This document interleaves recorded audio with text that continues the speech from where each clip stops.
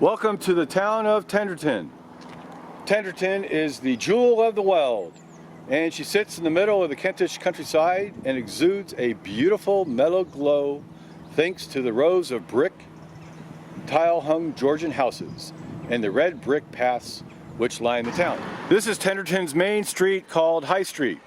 It's only about 1 kilometer long and hosts a post office, the White Lion Inn, which is right here, and that's where we're staying. It's the only hotel in town, and a town hall and a small jail. And there's an open air market every Friday and a fair each year on the first Monday in May. And Tenterden is a small parish of about 33 kilometers, 8,000 residents, and she sits on the most southern side of England at the heart of the district of Ashford and Kenton Weald. She stands slightly proud on the edge of the remnant forest known as the Weald, overlooking the Rother Valley.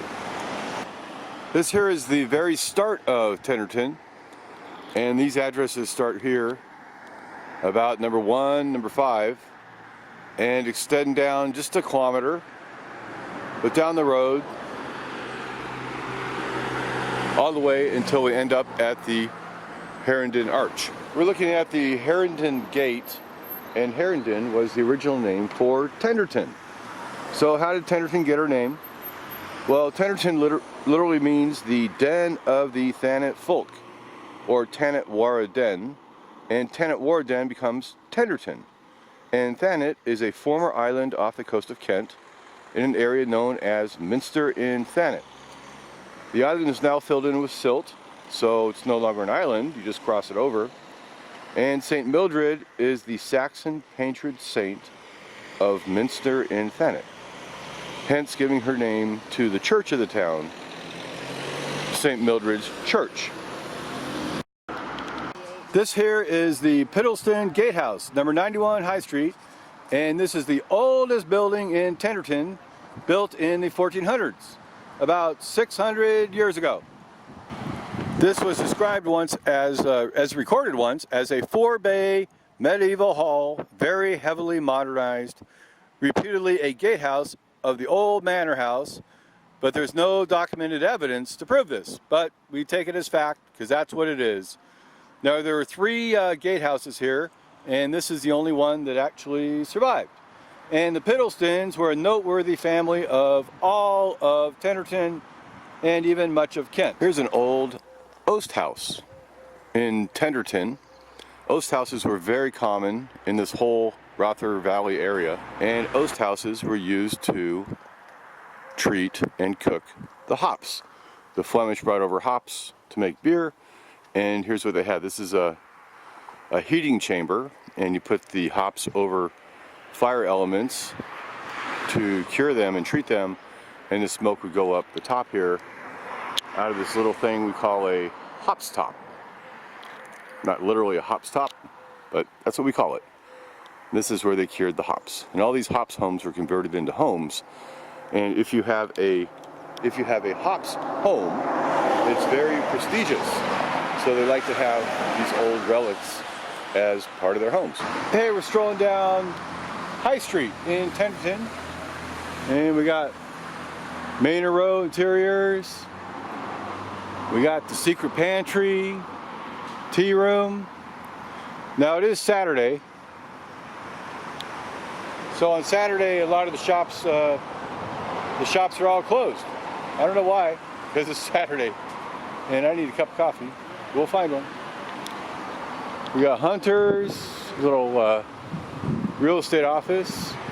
We got Pure Pets, a lot of pets and cats. Down here we got the Well-Being Center, got nails. Over here are the cottages. Now that's called a cottage.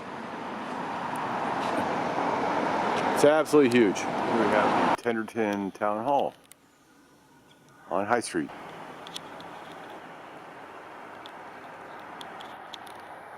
This is the Zion Baptist Church of Tenterden, built in 1835 and rebuilt in 1887. of Georgian architecture. Here's the Methodist Church of Tenterden and some old homes. This is like an old Elizabethan home. That could be Georgian, I don't know. But these homes are 200, 300 years old. There are many restaurants on High Street. This one is the Ristorante Italiano Montalbano. Across the street, there's a series of restaurants. Over here is the Vine Garden Kitchen, courtyard garden, and they have very good salad and a nice outdoor patio. Here's an example of an old Elizabethan home, which was probably built 300 years ago, but certainly they've repainted it since then. And here is another old home of brickwork. This is real brickwork, and it's called the Eden Villa. This is the Tenterden Healing Center. A beautiful building. Absolutely beautiful. And trash day in Tenterden is on Monday. So people come out their trash. And the trash man picks it up the old-fashioned way. This house is a typical older house. It's a timber frame, but you wouldn't know because the brickwork, this brickwork is only like half brickwork. So they put the bricks in front of the tile to make it look like an old house or a new house, but it's actually quite an old house. It's called the Merchant Chandler. And here's a side view of the Merchant Chandler. See, this is the brick, and this is the original brick. And so it's like a facade, and they kind of upgraded the home, but it's really a tinder firebox you're looking at. This is the War Memorial in Tenterden on High Street to commemorate those who gave their lives in World War I and World War II. And here we have on this side World War II. We have three names. We've got E. Chaxfield, Private, W.S. Chaxfield, and A. Chaxfield. Chaxfield. And this is Mrs. Chaxfield right here, and she's one of the relatives of these wonderful men who gave their lives for freedom in England. Here at the coffee and chocolate shop. So let's see what we get at the chocolate shop in Tenterden. No coffee? They're bringing it to us. Beautiful. Oh my gosh. It's beautiful. Look at the cute. Happy birthday. Tenterden. Here you get some Indian cuisine. And over here, Tenterden oak and pine wood furniture. Some of the residential areas, homes of the people of Tenterden. This is Bell Street. The oak cottage just outside the gates. Here's another old home. They don't really call them homes here, they call them cottages.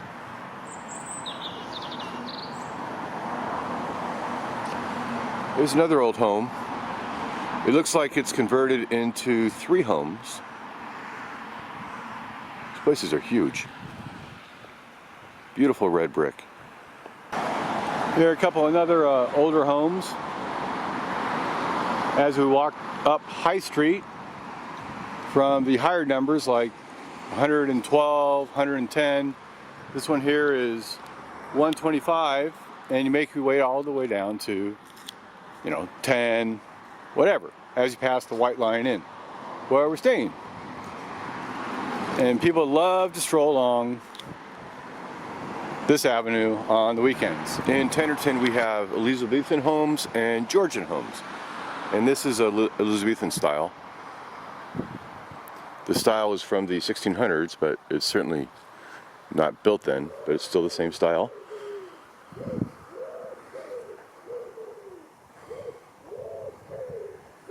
This is Woodbury Gardens.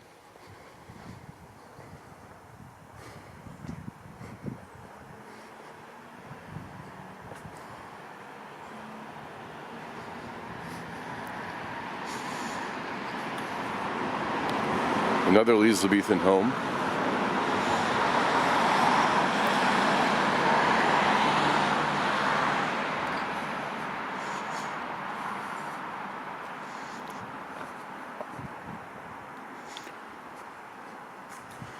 This is the Center for Cosmetic and Reconstructive Dentistry. So let's take a walk into the White Lion Inn, where we're staying this weekend, in Tenterden.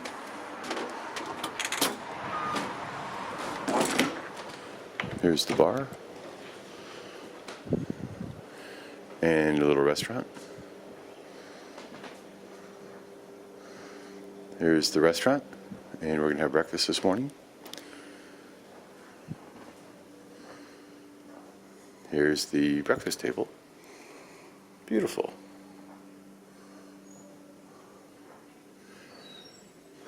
And here is a picture of a cow. And there is Chuck.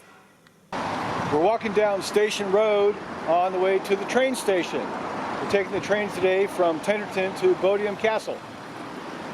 And this is Station Road. And down here is a fantastic little restaurant called Fish and Chips. And here is the Tenterden District Museum. And here is an old locomotive. This is Roby. She's a locomotive type boiler on wheels. It's not a locomotive itself. It's a boiler. She's built in 1946 for steam heating and soil sterilization. This strange device here is a chaff boiler. This machine had a long horizontal box at waist level into which the operator pushed the hay or oat straw under conveyor. The Tenterden train station. Welcome to Tenterden Town Station. This opened in 1903 as part of the Kent and East Sussex Railway.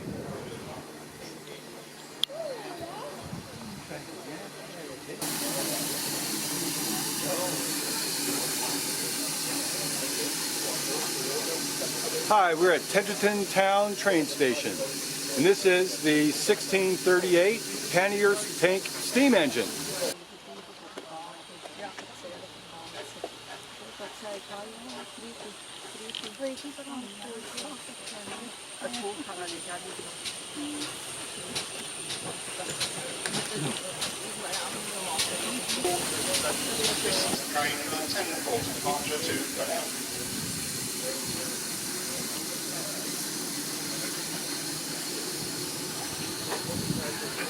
These are old Southern Railways carriages. This is an old Weldon Pullman dining car for pretty much executive first class dining. Here's the original signal house at Tenterden Town. This is Petros, the passenger carriage designed for the handicap. And it was inaugurated in 1982 by the Queen. Hi, we're in Tenterden, and this is Tenterden's first poorhouse. It's called the Borough Place now. It was a poorhouse first and then a workhouse. So what's a poorhouse? Well, when Henry VIII started dissolving on the monasteries in 1536, there was nobody left to take care of the poor. So the poor got poorer and sicker. And in 1601, Parliament passed the Elizabethan Poor Act, which required that the parishes take care of their own poor. So it worked out okay, because what happened is this house was not built yet, but the churches and the neighbors would get together and they build sack lunches and they provide bread and blankets to the poor. And these were called out relief. So they build these little boxes and they give them to the poor, and the poor were fine. But all of a sudden, the poor who were able-bodied kind of caught on to this, and they started wanting some free stuff. So they were freeloaders. So the unable poor who could not work were getting mixed up with the able-bodied poor who could work. And this didn't last too long, because in the early 1800s, at the time where the Napoleonic Wars ended, a lot of soldiers came back from Europe and they said they were poor. So all of a sudden, all these parishes had to take care of all these poor people. And they just couldn't maintain and sustain it.